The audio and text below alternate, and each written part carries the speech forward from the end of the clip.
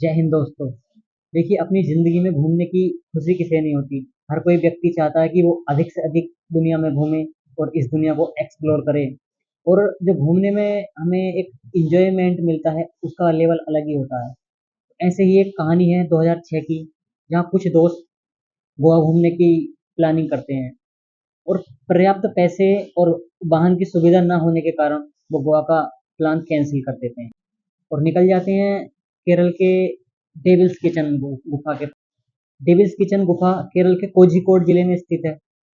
इसकी गहराई लगभग 900 फीट मानी जाती है और अब तक लगभग 14 व्यक्ति ऐसे हैं जिनका कि कुछ जानकारी मिली हुई है कि हाँ, ये व्यक्ति गिरे हैं, जिनका बायोडाटा अभी तक लिखा हुआ है, लेकिन ना जाने कितने व्यक्ति इसमें गिर चुके हैं जिनके बारे में ना कोई पता है ना कोई खबर है, किसी को कुछ अंदाजा नहीं है।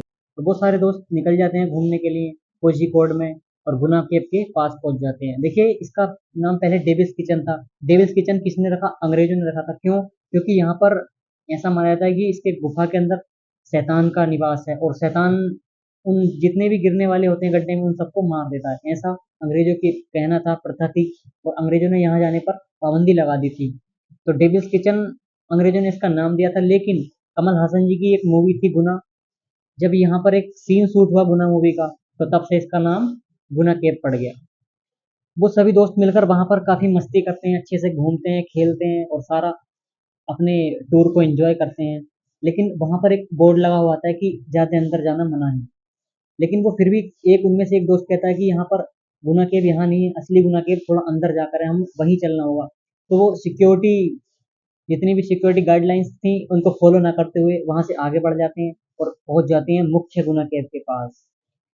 वहां पर वे काफी मस्ती करते हैं, काफी खेलते हैं, एक दूसरे से इंजॉय करते हैं और वहां पर अपना नाम लिख देते हैं, द मंजूमल बॉय। ठीक है, मंजूमल शब्द एक मलयालम भाषा का शब्द है जिसका अर्थ होता है हिमकण, मतलब ओस के कण। देखिए, 2017 में डेविल्स किचन में 3 स्टूडेंट गिरे थे जिनके बारे में कोई पता नहीं चल पाया और 2019 में एक 22 वर्षीय टूरिस्ट गिरा था, उसके बारे में भी कोई पता आज तक नहीं चल पाया। चलिए बढ़ते हैं हम मेन स्टोरी की तरफ। देखिए, वहां पर खेलते हैं सारे दोस्त, आपस में बातचीत करते हैं, लेकिन वहां पर उन्हें नहीं पता होता कि उनकी जिंदगी का सबसे खतरनाक दिन और सबसे ज्यादा उनको दहला देने वाला दिन उनका इंतजार कर रहा था। पत्तों में ना दिख पाने के कारण उस गड्ढे में गिर जाता है। गड्ढे में गिरने के बाद सभी दोस्त सोचते हैं कि वो बोल नहीं रहा, हमसे मजाक कर रहा है या कुछ हमसे मजे ले रहा है, लेकिन उन्हें नहीं पता होता कि हमारा खास दोस्त आज भारत के एक सबसे महत्वपूर्ण गड्ढों में से एक डेविल्स किचन जैसे खतरनाक गड्ढे में गिर चुका है। उनमें से कुछ दोस्त उसे आवाज़ देते हैं, सोचते हैं कि हमारी आवाज़ शायद सुन ले और ऊपर आ जाए, लेकिन वो कुछ नहीं सुन पाता। सुनता तो तब जब वो आसपास में होता है, क्योंकि वो लगभग 120 फीट की गहराई पर जाकर रुक चुका था। भले ही इस गड्ढे की जो गहराई है डेविल्स किचन की 900 फीट है, लेकिन वो गड्ढा केवल सीधा न होकर टेढ़े मेढ़े रास्तों से होता है। तो वो कुछ 120 फीट के आसपास टेढ़े मेढ़े गड्ढों में जाकर रुक जाता है। घर परिवार वालों के मना करने के बावजूद भी, अपनी फैमिली के मना करने के बावजूद भी वो वहां पर चले जाते हैं और उनमें से एक दोस्त गड्ढे में गिर जाता है। उन्हें अंदाजा नहीं होता कि ये गड्ढा कितना गहरा है, क्या है। उनमें से एक दोस्त कहता है कि टॉर्च जला और इसको देखते हैं क्या होता है वहां पर।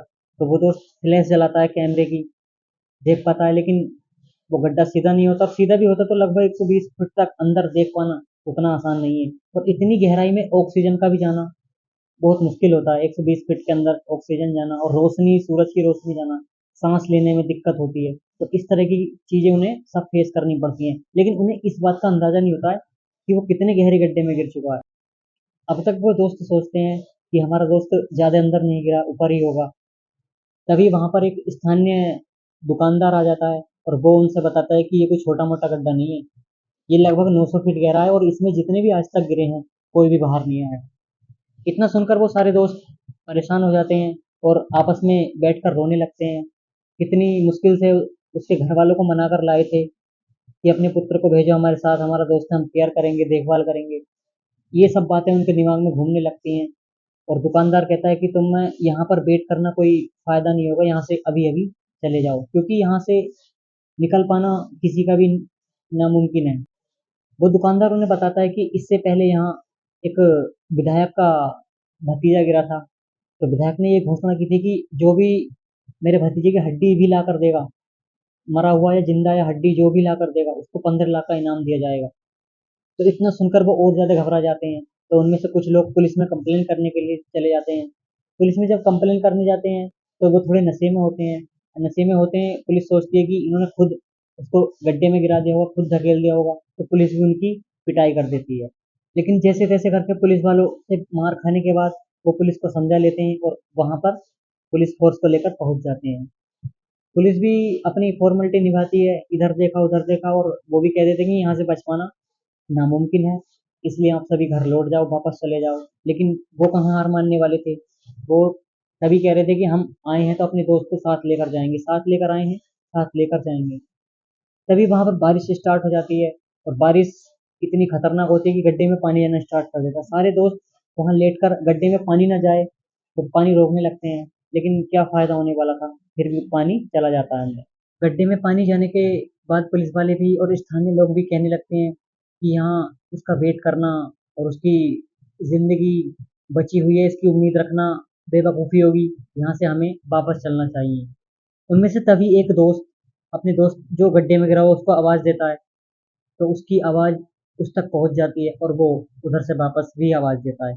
उसकी वापस आवाज़ सुनकर वो सारे खुश हो जाते हैं और फिर कहते हैं कि अभी भी हमारा दोस्त जिंदा है, हमें इसकी मदद करनी चाहिए। उस लड़के की आवाज़ सुनकर पुलिस भी एक बार को सोचने पर मजबूर हो जाती है कि इतने वक्त बाद भी और इतनी गहराई में गिरने के बाद भी कोई कैसे जिंदा रह सकता है।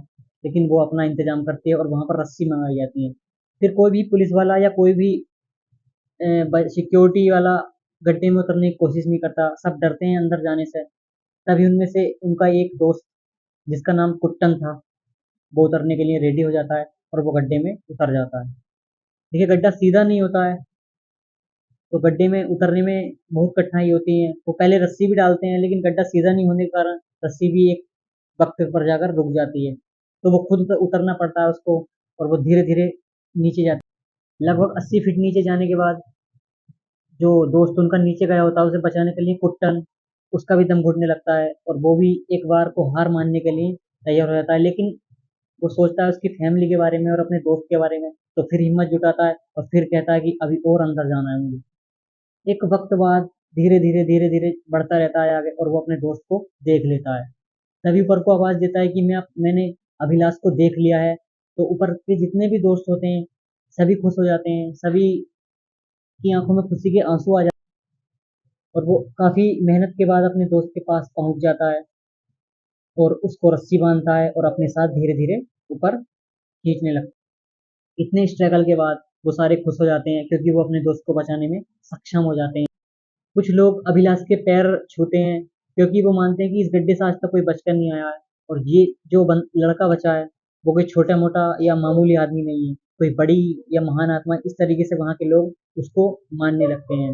लेकिन वो सब उनके दोस्तों का संघर्ष था और उनके दोस्तों के जज्बा था, जो अपने दोस्त को वो अभिलाष को बचाने में सक्षम हो जाते हैं। अभिलाष की हालत बहुत गंभीर होती है, वो उसको हॉस्पिटल ले जाते हैं और उनके पास उसका इलाज कराने तक के पैसे नहीं होते, लेकिन जैसे तैसे करके वो कुछ ना कुछ जुगाड़ करके उसका इलाज कराते हैं और अपने घर वापस लौट जाते हैं। घर पर जाकर वो ना ही मीडिया को बताते हैं, ना ही किसी घर वाले को बताते हैं, और बिल्कुल साइलेंट रहते हैं, चुप हो जाते हैं इस घटना से, और कह देते हैं कि एक छोटे से गड्ढे में गिर गया था इसलिए इसके चोट आ गई। तो अभिलाष की माँ सभी दोस्तों को बुरा भला कहती हैं कि तुम अपनी जिम्मेदारी पर लेके गए थे लेकिन तुमने इसके साथ ऐसा किया और ये किया वो किया।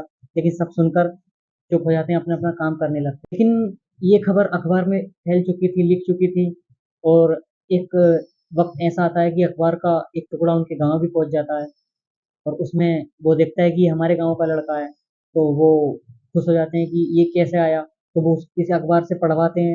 जब देखते हैं सारी घटना को सुनते हैं अखबार में, तो उन्हें बड़ी हैरत होती है कि ऐसा हुआ, लेकिन इन्होंने इतनी बड़ी घटना को किसी को नहीं बताया। अब वो क्यों नहीं बताया, वो उनकी वजह हो सकती है, हो सकता है वो डरे हुए हों, या हो सकता है कोई परिवार का दबाव उन पर पड़ता, इस प्रकार की कुछ ना कुछ घटनाएं उनके सामने आती हैं। इतने संघर्ष के बाद वो अपने दोस्त को जीवित बचा लाते हैं।